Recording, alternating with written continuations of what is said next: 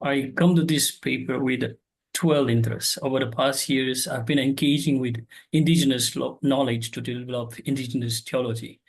And on the other hand, I have been involved in a project where we are trying to develop online theological education to grassroots leaders for the past almost 4 years, and the past about 8 years of experience in online theological education. So when I come to this paper, I come with these 12 interests. Very well. Good morning, good afternoon, and good evening, just in case I forgot to wish. So I've titled this paper as Digital Theology, a Privileged Theological Discourse. And with that, I start with a question. Is the theological discourse of digital theology primarily a topic of interest among the privileged, particularly those residing in the global north? Perhaps I'm already answering what Stephen has presented. If it is yes, it only exhibits contextual bias and limits the discourse.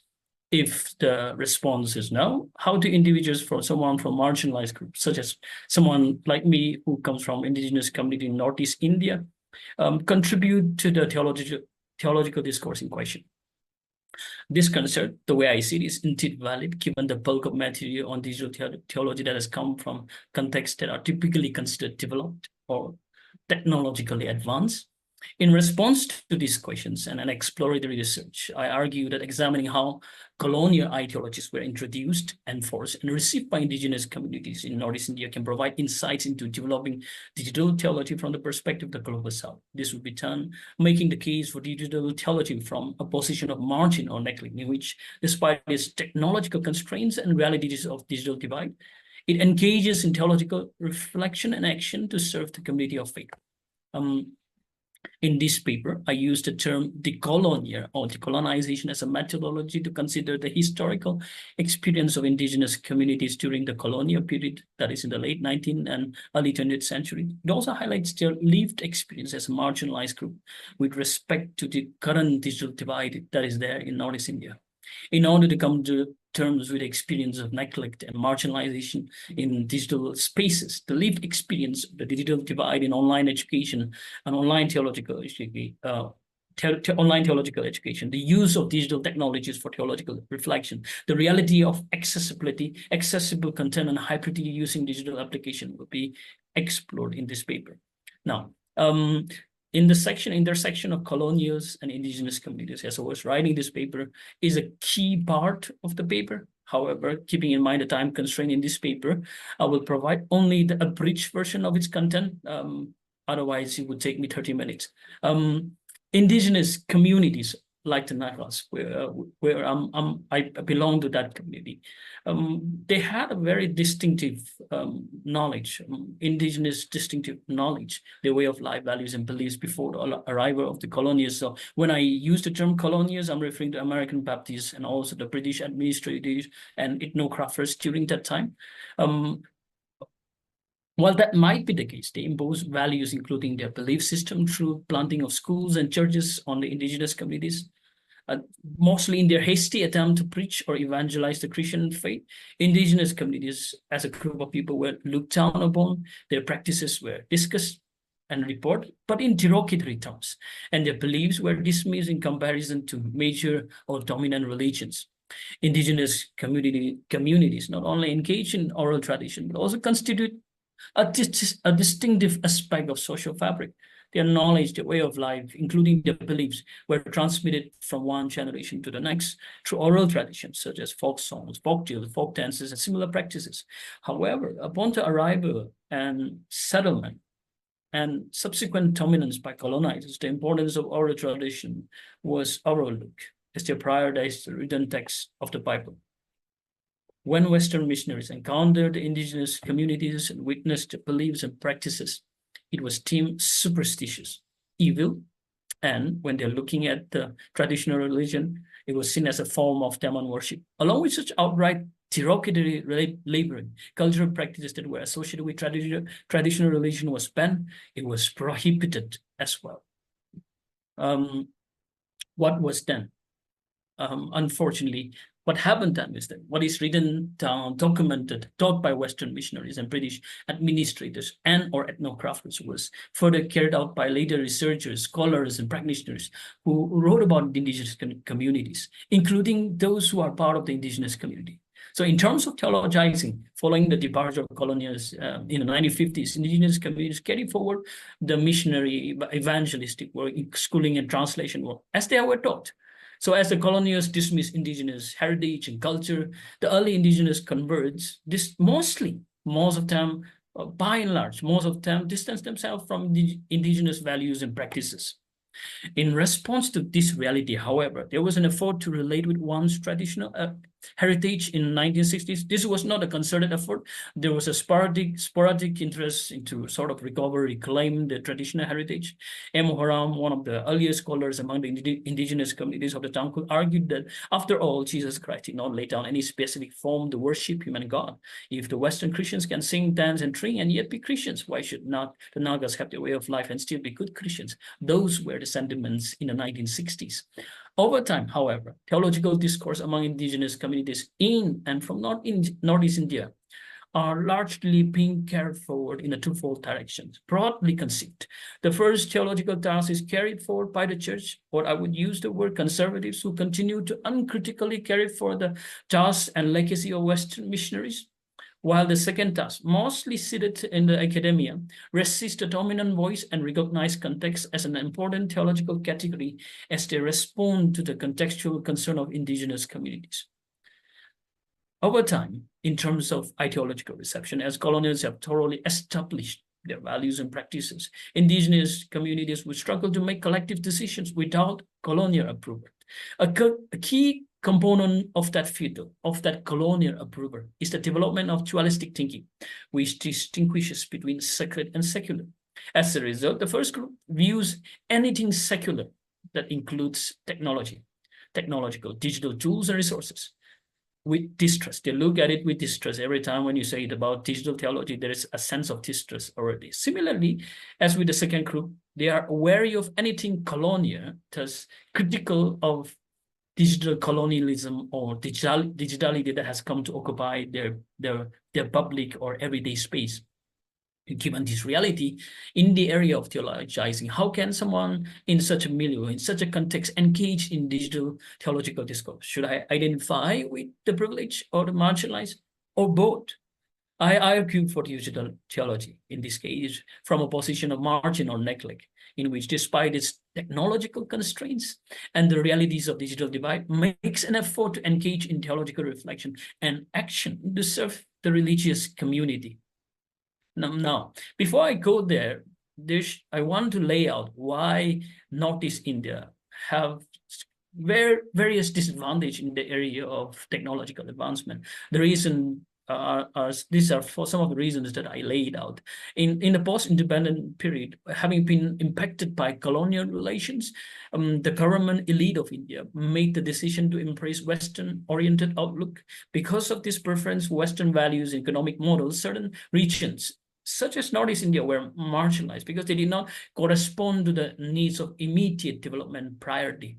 In addition, the emphasis was placed on self-sufficiency and industrialization, which resulted in investing being concentrated in geographical areas that were more economically viable, such as the western and southern part of India. Northeast India was not seen as economically viable. There were also considerable contributions made by geographical circumstances that existed during the time of the Cold War to the neglect of Northeast India. Northeast India and its neighboring countries tend to associate with the Americans. However, India associated with the Russians. So they didn't align in terms of their political alignment. So Northeast was next to our neighbors. I come from a region which is geographically located between India and Myanmar border. So the region that were associated with these bordering areas were neglected. So the political landscape of India is also characterized by a history of resistance and a heterogeneous ethnic composition of the region's overall population. So I don't necessarily look like an mainline Indian. Hence, we were perceived as the other. Hence, the neglect in terms of its advancement as well. So, the lack of technological facilities, I would suggest, have significantly hindered the widespread adoption of digital tools in the domain of online education, theological education, and also theological discourse. In the area of online education, the presence of technological infrastructure is minimal, if not completely lacking in locations that face obstacles related to geographical location. In addition to lack of technological infrastructure, the absence of connectivity is a serious issue for many institutions and organizations and also churches. In addition to that, because of the lack of technological facilities and connectivity of there are not many educators who are equipped with tools and resources that would enable them to provide sound online theological education or online education. Given this contextual reality and based on my observation as an online educator for the past about 8 years, when theological educators are encouraged to engage in theological discourse while interfacing with technology or digital tools, there are fears. These are real fears. Fears of venturing into the unknown, reluctance to invest in upgrading digital tools, and aversion to such discourse due to lack of spirituality. Online learning can never result in spirituality. This seems to be the assumption. As a result, if anyone is interested in introducing digital theology or engage in developing digital theology from the perspective of indigenous community in and from Northeast India, they must begin with their contextual reality, the lived experience or experiences of technological barriers, a lack of internet connectivity, and the urgent need to equip educators. It should also take into account, I would add, the reality of digital gap that exists between urban and rural region, poor, tech-savvy, and non-tech-savvy as well. That being said, this is where I observed when I went home. Northeast India is not completely devoid of digital tools and resources, nor of talent and creativity. In the field of theological discourse, one could inquire about the ways in which technology or digital tools can help in the process of revisiting and recovering indigenous indigenous knowledge as a part of research into the development of contextual theology in and through digital spaces, as well as interacting and presenting them in another global context through digital means, like the way I'm doing at the moment. For example, using digital means while working on the topic of decolonizing food, I was able to record the voices of indigenous mothers and grandmothers and present my findings at a theological conference in Ireland. This was possible because of the platform that is there through digital, through the digital platform. Now, moving on to the subsection on representation and advocacy, when colonials wrote about indigenous communities, they painted a very bleak picture of them. This was done to engage in, as I have already indicated, to engage in civilizing mission by establishing schools and planting churches in order to convert them to Christianity. However, when they were repressing the indigenous communities in this manner, it is possible, and this is my argument, that some of it was done to raise funds and for their mission efforts. And in doing so, they misrepresented the indigenous communities. For example, while Pettigrew sent letters and mission reports to the mission agency and delivered speeches in churches during his sabbatical breaks, I have it in record. He did not express a strong affection of the indigenous communities. In fact, he deliberately depicted the Downhill Nagas in a manner that implied they belong to less civilized, here I quote, social groups. So, because they are less civilized, they need civilizing. Hence, we need the money, the funding that is needed to civilize and engage in mission, using the civilizing mission as a backup, ideological backup to mission.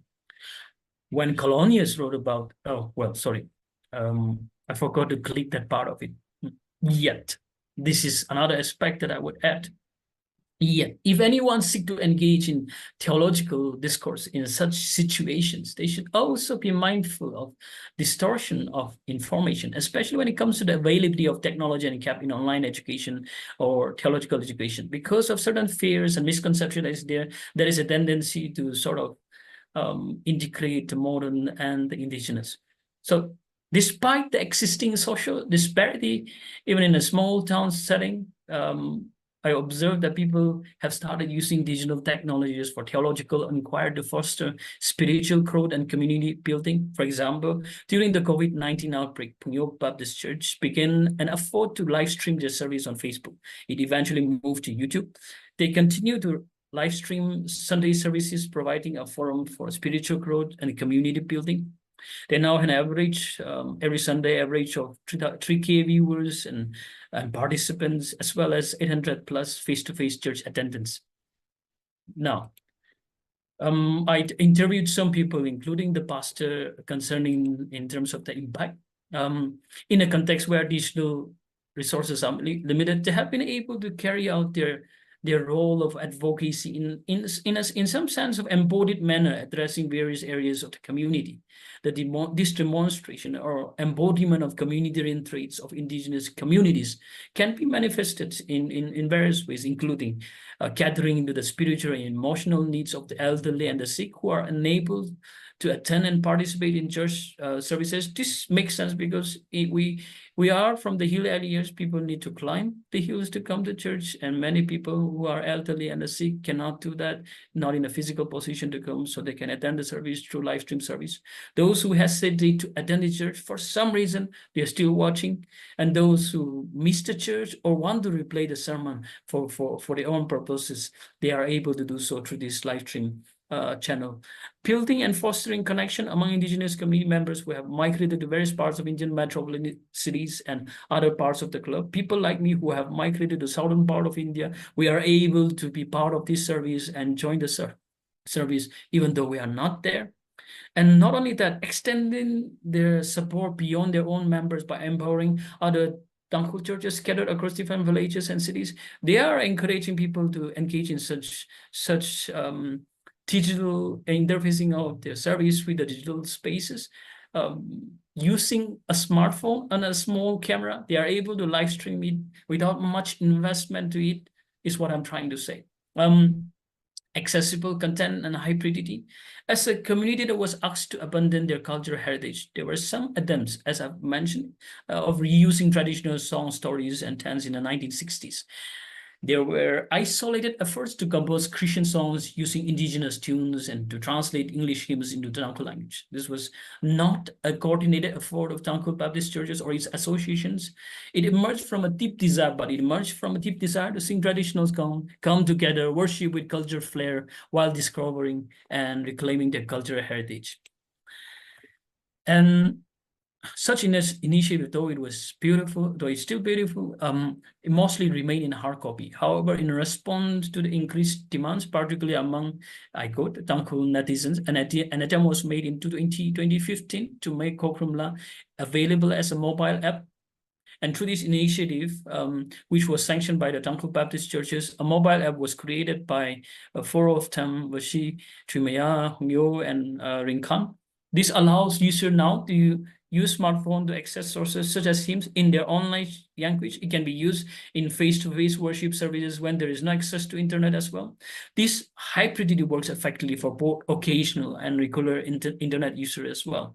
And as I interacted with one of the creators, they were generous enough to provide the data. So far, 35K have downloaded and they are using it. And in terms of the categories of usage, on average, 2K are using it, and Sundays, 5K. So the numbers that are given is as follows. What I'm trying to show through these apps that they are doing is that these numbers suggest that the app is catering to the needs of the Tangkul knowledge through the use of digital technology. In fact, a regular church core here in Bangalore suggests that young people no longer use hard copies of hymns because the songs are now available on an app. And based on this information, it is possible that the church or church organization may develop more of these types of apps to meet the needs of the people in the form of bringing people together on a digital platform or by providing resources such as this app in so doing. What I've tried to attempt is in this work is to argue that anyone seeking to engage in theological discourse should consider this their colonial history, in which they were discarded as a people, their cultural heritage ignored, their beliefs abandoned. Such history teaches us that individuals can either uncritically associate with colonials or resist colonial dominance, resulting in unconstructive duality in areas of theologizing. However, if indigenous communities can learn anything from these experiences, they ought to engage in digital theological discourse from a position of marginalized or neglect. In this case, despite limitations in theological advancements, it could mean employing digital tools and resources to engage in theological reflection, being an integral part of faith community that encourages digital spiritual formation and community building through the use of digital technology, and creating a platform in their own language to make resources available in a hybrid mode, which can benefit the community as well. That's it from my end. Thank you very much.